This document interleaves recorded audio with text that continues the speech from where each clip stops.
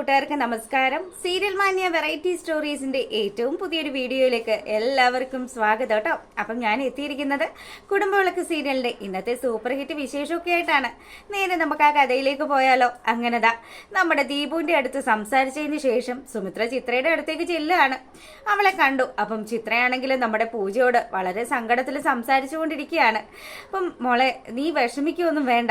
എന്തായാലും അവനോട് ഞാൻ സംസാരിച്ചിട്ടുണ്ട്. അവനെ നീയും അപ്പും ഒക്കെ അകന്നു നിൽക്കുന്നതിന്റെ വിഷമത്തിലാണ്. പിന്നെ സ്വന്തം കൂടപ്പറപ്പിനോട് ഞാൻ ക്ഷമിച്ചില്ലേ, അതുപോലെ തന്നെ നിന്റെ ഭർത്താവിനോട് നിനക്ക് ക്ഷമിക്കാൻ കഴിയണോന്നൊക്കെ പറഞ്ഞ് ചിത്രയെ ഉപദേശിച്ചു. അപ്പൊ ചിത്രയാണെങ്കിലോ, ചേച്ചി ഏത് നേരവും കൂടിയല്ലേ, ഇങ്ങനെ പോയി കഴിഞ്ഞാൽ ഞാൻ എങ്ങനെയാണ് സഹിക്കുക എന്നൊക്കെ പറഞ്ഞ് സംസാരിക്കുകയാണ്. പെട്ടെന്ന് തന്നെ സുമിത്ര, ഞാൻ ദീപുവിനോട് പറഞ്ഞിട്ടുണ്ട്, അവൻ ഇനി മേലാൽ കുടിക്കില്ല എന്നൊക്കെ എനിക്ക് വാക്കും തന്നിട്ടുണ്ട്. അതുകൊണ്ട് നീ അവനിതേ ഈ ഒരു കപ്പ് കാപ്പിയൊക്കെ ആയിട്ട് അങ്ങ് ചെല്ല്. നിങ്ങൾ തങ്ങളിലുള്ള ആ ഒരു പിണക്കമൊക്കെ മാറ്റെന്നും പറഞ്ഞ് സുമിത്ര വളരെ സ്നേഹപൂർവ്വം അവരെ ഒരുമിപ്പിക്കാനുള്ള കാര്യങ്ങൾ ചെയ്യുകയാണ്. ഈ സമയത്താണെങ്കിലോ നമ്മുടെ സരസ്വതി അമ്മയാണെങ്കിലും ഫോണിൽ കുത്തി കളിച്ചുകൊണ്ടിരിക്കുകയാണ്.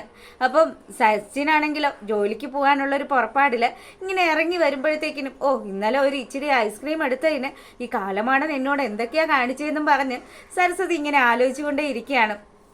അപ്പോഴാണെങ്കിലോ അച്ഛമ്മ എന്നാ ഉണ്ടച്ചമ്മ വിശേഷം എന്നൊക്കെ പറഞ്ഞ് നമ്മുടെ സച്ചിൻ സരസ്വതി അമ്മയോട് സംസാരിക്കാൻ തുടങ്ങി.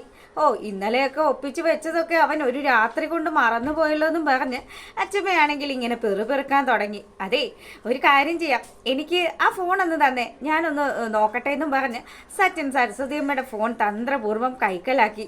അതിനുശേഷം സരസ്വതി അമ്മയോട് പറയുന്നുണ്ട്, അച്ഛമ്മ ഇവിടെ ചുമ്മാ കുത്തിയിരിക്കുകയല്ലേ, ശീതളിനും ഇവിടെ വേറെ പണിയൊന്നും ഇല്ല, അതുകൊണ്ട് നിങ്ങൾ അച്ഛമ്മയും കൊച്ചുമോളും കൂടി എന്തെങ്കിലുമൊക്കെ സംസാരിച്ചിരിക്കുമെന്നും പറഞ്ഞ് സച്ചിൻ ആ ഫോണും കൊണ്ട് ഇറങ്ങാൻ തുടങ്ങി. എടാ, നീ എൻ്റെ ഫോൺ തന്നിട്ട് പോടാ, എനിക്ക് സുമിത്രയെ വിളിക്കേണ്ടതാണടാ എന്നൊക്കെ പറഞ്ഞപ്പം, അല്ല നിങ്ങൾ ഇവിടെ വന്നിട്ട് സുമിത്രാൻ്റെ നിങ്ങളെ വിളിച്ചില്ലേ എന്ന് ചോദിക്കുകയാണ്. അവള് നിന്നെക്കാട്ടിലും വലിയ അഹങ്കാരിയാണല്ലോ, അതുകൊണ്ട് തന്നെ ഞാൻ 2-3 പ്രാവശ്യം വിളിച്ചിട്ടും അവള് ഫോൺ എടുത്തിട്ടില്ല എന്നും പറഞ്ഞ് സരസ്വതി പരിഭവം പറഞ്ഞു. സച്ചിനാണെങ്കിലോ, എന്നാ ഇനിയിപ്പോൾ വിളിക്കണ്ട, ഇതെന്തായാലും ഞാൻ വൈകുന്നേരം വരുമ്പോൾ തരാമെന്നും പറഞ്ഞ് ആ ഫോണും കൊണ്ട് സച്ചിൻ പോയി. ഈ സമയത്താണെങ്കിലോ നമ്മുടെ ശീതള്, അച്ഛമ്മേ ഇനി സച്ചിൻ്റെ പിന്നാലെ പോകണ്ട, എടി മോളെ ഇവൻ എൻ്റെ ഫോൺ തരുന്നില്ല, ഞാൻ അതൊക്കെ കണ്ട് ഇവിടെ കുത്തിയിരിക്കുമല്ലായിരുന്നോ എന്നും പറഞ്ഞു അച്ഛമ്മ ഇങ്ങനെ പരിഭവം പറയുമ്പോഴത്തേക്കിനും, അച്ഛമ്മ സച്ചിന്റെ സ്വഭാവം അച്ഛമ്മയ്ക്ക് അറിയില്ലേ, എടാ വാതിൽ തുറക്കടാന്നും പറഞ്ഞു സച്ചിന് പിന്നാലെ പോയി സരസ്വതി അമ്മ ഒച്ചപ്പാടുണ്ടാക്കുകയാണ്. സച്ചിനാണെങ്കിൽ ശീതളിനെയും സരസ്വതി അമ്മയെയും അകത്തിട്ട് ലോക്കാക്കി അവൻ ആ കീയും കൊണ്ട് പോവുകയാണ്. അപ്പോഴാണ് ശീതൾ ആ ഒരു സത്യം പറയുന്നത്, അച്ഛമ്മ ഇത്രയും നാളും നിങ്ങൾ എന്നെ വിളിക്കുമ്പം ഞാൻ ഫോൺ എടുക്കാറില്ലായിരുന്നല്ലോ, അത് മിക്കവാറും എൻ്റെ ഫോൺ സച്ചിൻ്റെ കയ്യിലായിരിക്കും. അതുമാത്രമല്ല, ഡ്യൂട്ടിയും കഴിഞ്ഞ് സച്ചിൻ വീട്ടിലെത്തുന്ന സമയത്താണെങ്കിലും ആ ഫോണ് അത് സ്വിച്ച് ഓണാക്കി തരുകയും ചെയ്യും. പക്ഷേ അപ്പോഴും ഞാൻ ആരോടെങ്കിലും സംസാരിക്കുകയാണെങ്കിൽ സ്പീക്കർ ഫോണിൽ മാത്രമേ സംസാരിക്കാൻ പറ്റുള്ളൂ. ഇതൊക്കെ കേട്ട് സരസ്വതി അമ്മയുടെ കിളി പോയി നിൽക്കുകയാണ്. എൻ്റെ പൊന്നു മോളെ, ഇതുപോലെയുള്ളൊരു ഭ്രാന്തൻ്റെ കൂടെയാണോ നീ ജീവിക്കുന്നത്? അച്ഛമ്മേ, മുൻവശവും പിൻവശവും ഒക്കെ സച്ചിൻ പൂട്ടിയിട്ടാ പോകുന്നത്. ഇനി വൈകുന്നേരം സച്ചിൻ വന്നതിന് ശേഷം മാത്രമേ നമുക്ക് വെളിയിൽ പോലും ഇറങ്ങാൻ പറ്റുള്ളൂ. അപ്പം അച്ഛമ്മ ഒരു കാര്യം ചെയ്യണം, സച്ചിനോട് കൂടി വഴക്കിടാനൊന്നും നിൽക്കണ്ട.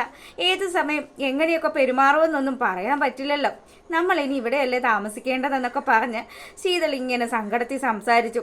അപ്പോഴാണ് ഏറ്റവും വലിയൊരു ട്രാപ്പിലാണ് സരസ്വതി അമ്മ വന്ന് പെട്ടിരിക്കുന്നത് എന്നുള്ള കാര്യം പുള്ളിക്കാരി തന്നെ തിരിച്ചറിയുന്നത്.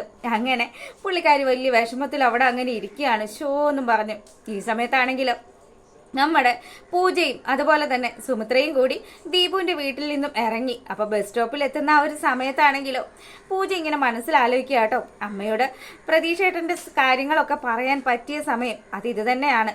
വീട്ടിൽ ചെന്ന് കഴിഞ്ഞാൽ അനിരുദ്ധേട്ടൻ ഉണ്ടാവുമല്ലോ, അതുകൊണ്ട് തന്നെ ഇപ്പം അങ്ങ് സത്യങ്ങൾ പറയാമെന്ന് വിചാരിച്ചു. അപ്പം ഇവളിങ്ങനെ ഇതൊക്കെ പറയാൻ തുടങ്ങുന്ന ആ ഒരു സമയത്ത് സുമിത്രയാണെങ്കിലും, എന്താ പൂജ, നിനക്ക് എന്തെങ്കിലും അമ്മയോട് പറയാനുണ്ടോ? ഉണ്ടമ്മേ, എനിക്ക് കുറച്ച് കാര്യങ്ങൾ സംസാരിക്കാനുണ്ട്, അത് സീരിയസ് ആണെന്ന് പറയുമ്പോൾ, മോളെ എന്താ നമുക്ക് വീട്ടിൽ പോയിട്ട് സംസാരിച്ച പോരെ? ഇല്ലമ്മേ, അത് വീട്ടിൽ പോയി സംസാരിച്ചാൽ ശരിയാവില്ല, ഇവിടെ വെച്ച് തന്നെ പറയാമെന്നും പറഞ്ഞ് നമ്മുടെ പൂജ ആ സത്യങ്ങളെല്ലാം സുമിത്രയോട് പറയുകയാണ്. അതെ, പ്രതീക്ഷേട്ടൻ വിദേശത്താണെന്നല്ലേ അമ്മ വിചാരിച്ചു വെച്ചിരിക്കുന്നത്? അതെ, അവൻ വിദേശത്താണല്ലോ, അവൻ അങ്ങനെ തന്നെയാണ് അനിരുദ്ധു എന്നോട് പറഞ്ഞത്. എന്താ മോളെ, എന്താ പ്രശ്നം? അമ്മ, പ്രതീക്ഷേട്ടൻ വിദേശത്തൊന്നും അല്ല, നാട്ടിൽ തന്നെ ഉണ്ടെന്ന് പറഞ്ഞപ്പം. നാട്ടിലോ? നീ എന്താ പൂജ ഈ പറയുന്നത്? ദേ, അനിരുദ്ധ് കഴിഞ്ഞ ദിവസവും കൂടി പറഞ്ഞതേ ഉള്ളൂ, അവന് വിദേശത്ത് ഒരുപാട് പ്രോഗ്രാമും ഒക്കെ ഉണ്ട്, അവൻ വരാൻ ലേറ്റ് ആകുമെന്നൊക്കെ. അതുകൊണ്ട് നീ എന്തറിഞ്ഞിട്ട് ഈ പറയുന്നത്? അമ്മ, ഞാൻ സത്യമാണ് പറയുന്നത്. പ്രതീക്ഷേട്ടൻ ഇപ്പോൾ ഉള്ളത് ജയിലിലാണ്. പ്രതീക്ഷേട്ടൻ ഒരു കൊലക്കുറ്റത്തിനാണ് ജയിലിലായിട്ടുള്ളത് എന്നുള്ള കാര്യവും കൂടെ പറഞ്ഞു. അപ്പൊ നീ ഇതെങ്ങനെ അറിഞ്ഞു എന്നും പറഞ്ഞ് സുമിത്ര ഇങ്ങനെ ഷോക്കായിട്ട് നിൽക്കുകയാണ്. അപ്പൊ പൂജ പറയുന്നുണ്ട്, രഞ്ജിതാൻ്റെയാണ് അമ്മ എന്നോട് ഈ സത്യങ്ങളൊക്കെ പറഞ്ഞത് മുഴുവനും സത്യമാണെന്നും പറഞ്ഞ് പൂജ പറഞ്ഞപ്പം അപ്പോഴത്തേക്കിനും നമ്മുടെ സുമിത്രയുടെ ഉള്ള ബോധം മുഴുവനും നഷ്ടപ്പെട്ടു. സുമിത്ര തല ചുറ്റി വീഴുന്ന ആ സമയത്ത് പൂജ ശരിക്ക് പേടിച്ചു. പൂജയാണെങ്കിലോ സുമിത്രയെ താങ്ങിയെടുത്ത് അവിടെ അങ്ങനെ നിൽക്കുകയാണ്. ഭയങ്കര ടെൻഷൻ അടിച്ചു പൂജ. ഈ സമയമാണെങ്കിൽ നമ്മളെ കാണിക്കുന്നത് രഞ്ജിതയാണ് കേട്ടോ. അപ്പൊ രഞ്ജിതയാണെങ്കിൽ അടുക്കളയിൽ ഓരോ കാര്യമൊക്കെ ചെയ്തു ഇങ്ങനെ നിൽക്കുമ്പോഴാണെങ്കിൽ നമ്മുടെ പങ്കജ് അങ്ങ് ഓടി വരികയാണ്. മമ്മി, ഒരു സന്തോഷ വാർത്തയുണ്ട്. എന്താ പങ്കജ്, എന്താ സന്തോഷ വാർത്തയെന്ന് ചോദിച്ച് രഞ്ജിത ഇങ്ങനെ അടുത്ത് കൂടുമ്പോഴത്തേക്കിനും, അതെ, മമ്മി ഇവിടെ നിന്നും പൂജയുടെ കയ്യിൽ ഒരു ബോംബ് കൊടുത്ത് വിട്ടില്ലേ, അത് കറക്റ്റായിട്ട് സുമിത്രാൻ്റിയുടെ കയ്യിൽ വന്ന് പൊട്ടി. എന്താ മോനെ നീ പറയുന്നത്? അമ്മ, പ്രതീക്ഷ ജയിലിലാണ് എന്നുള്ള സത്യം അത് പൂജ സുമിത്രാൻ്റിയോട് തുറന്നു പറഞ്ഞു. അവരാണെങ്കിലോ ബോധം നഷ്ടപ്പെട്ട അവസ്ഥയിലാണ് ഇപ്പോൾ ഉള്ളതെന്നും കൂടി പങ്കജ് പറഞ്ഞു. ആഹാ, അത് കൊള്ളാലോ, നല്ലൊരു വാർത്ത തന്നെയാണ്. പങ്കജെ, നമ്മൾ വിചാരിച്ചതുപോലെ തന്നെയാണ് കാര്യങ്ങളൊക്കെ മുന്നോട്ട് പോകുന്നത്. ഇനി അരവിന്ദേട്ടനൊരു കാര്യം ചെയ്യണം. എത്രയും പെട്ടെന്ന് തന്നെ ജയിലിലെ അധികൃതരെ കണ്ടിട്ട് സുമിത്രയ്ക്ക് പ്രതീക്ഷനെ കാണാനുള്ള ഒരു അവസരം ഉണ്ടാക്കി കൊടുക്കണമെന്ന് പറഞ്ഞു.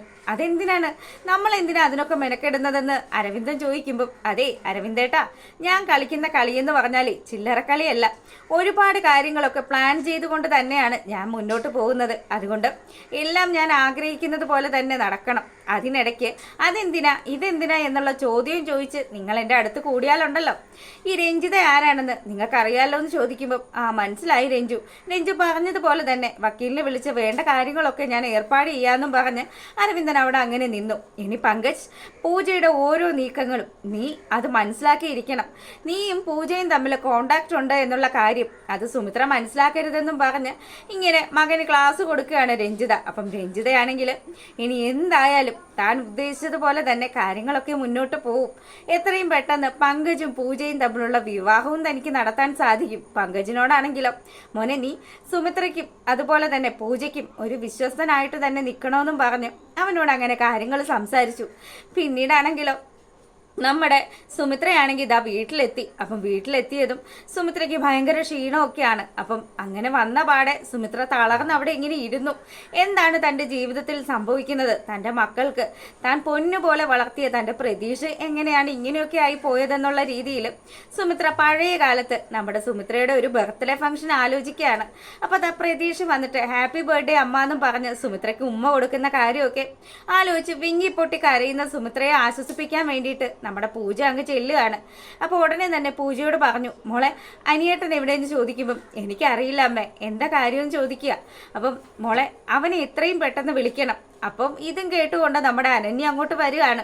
അതെ, എന്തിനാ അമ്മേ, എന്തെങ്കിലും കാര്യങ്ങൾ പറയാനുണ്ടെങ്കിൽ എന്നോട് പറഞ്ഞാൽ പോരെ, അനിരുദ്ധ് വരുമ്പോഴത്തേക്കിനും ഞാൻ പറഞ്ഞോളാന്നും പറഞ്ഞ് അനന്യ പറയുമ്പം, നിന്നോടല്ല എനിക്ക് സംസാരിക്കേണ്ടത് അനിരുദ്ധിനോടാണ് എന്നും പറഞ്ഞ് സുമിത്ര തൻ്റെ സൗണ്ട് ഒന്ന് കടിപ്പിച്ചു. അപ്പം ഇത് കേട്ടതും ആയിക്കോട്ടെ എന്നുള്ള രീതിയിൽ നമ്മുടെ അനന്യ അവിടെ അങ്ങനെ നിൽക്കുകയാണ്. സുമിത്രയാണെങ്കിലോ തനിക്ക് നഷ്ടപ്പെട്ടു പോയ കാര്യങ്ങളൊക്കെ ആലോചിച്ച് വളരെയധികം വിഷമിച്ച് ഇങ്ങനെ കരയാറായിരിക്കുന്നത് കാണിച്ചുകൊണ്ടാണ് നമ്മുടെ കുടുംബവിളക്കിന്റെ വിശേഷം അവസാനിക്കുന്നത്. അപ്പം എപ്പോഴും പറയുന്നത് പോലെ ചാനൽ ഇഷ്ടപ്പെട്ട് കഴിഞ്ഞാൽ സബ്സ്ക്രൈബ് ചെയ്യാൻ മറക്കരുത്. എല്ലാവർക്കും നല്ലൊരു ദിവസമൊക്കെ ആശംസിച്ചുകൊണ്ട് വീഡിയോ വൈൻഡപ്പ് ചെയ്യാണ്. താങ്ക്